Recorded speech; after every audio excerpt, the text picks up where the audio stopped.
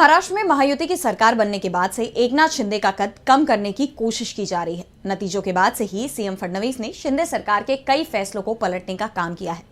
संरक्षक मंत्रियों की नियुक्ति में भी शिंदे गुट की अनदेखी की खबर सामने आई थी और अब एक बार फिर सीएम फडणवीस ने शिंदे सरकार के फैसलों को पलट दिया है, जिससे महायुति के अंदर की टूट खुलकर सामने आ गई है।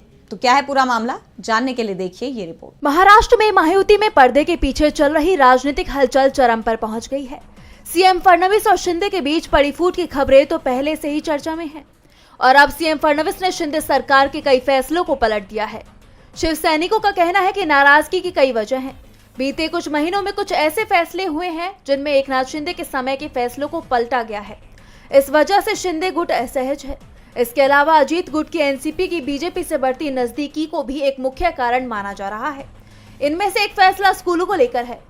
शिंदे के शिक्षा मंत्री ने फैसला किया था कि सरकारी स्कूलों में पढ़ने वाले बच्चों के लिए यूनिफॉर्म सप्लाई के लिए अलग से एजेंसी बनेगी, लेकिन अब फडणवीस सरकार ने इस फैसले को पलट दिया है।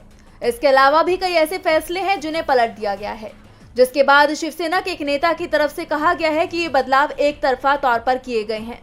इस बारे में हमारी सलाह नहीं ली गई। बीजेपी के नेतृत्व में हमारा महत्व नहीं रहा। पहले ही इन फैसलों की वजह से दोनों गुटों के बीच मनमुटाव देखने को मिल रहा था और अब संरक्षक मंत्री के फैसले ने शिवसेना और बीजेपी के बीच इस दरार को बढ़ाने का काम किया है। दरअसल फडणवीस सरकार ने नासिक और रायगढ़ जिलों में प्रभारी मंत्री नियुक्त करने का आदेश जारी किया था। इस फैसले पर शिंदे गुट की शिवसेना ने नाराजगी जाहिर की।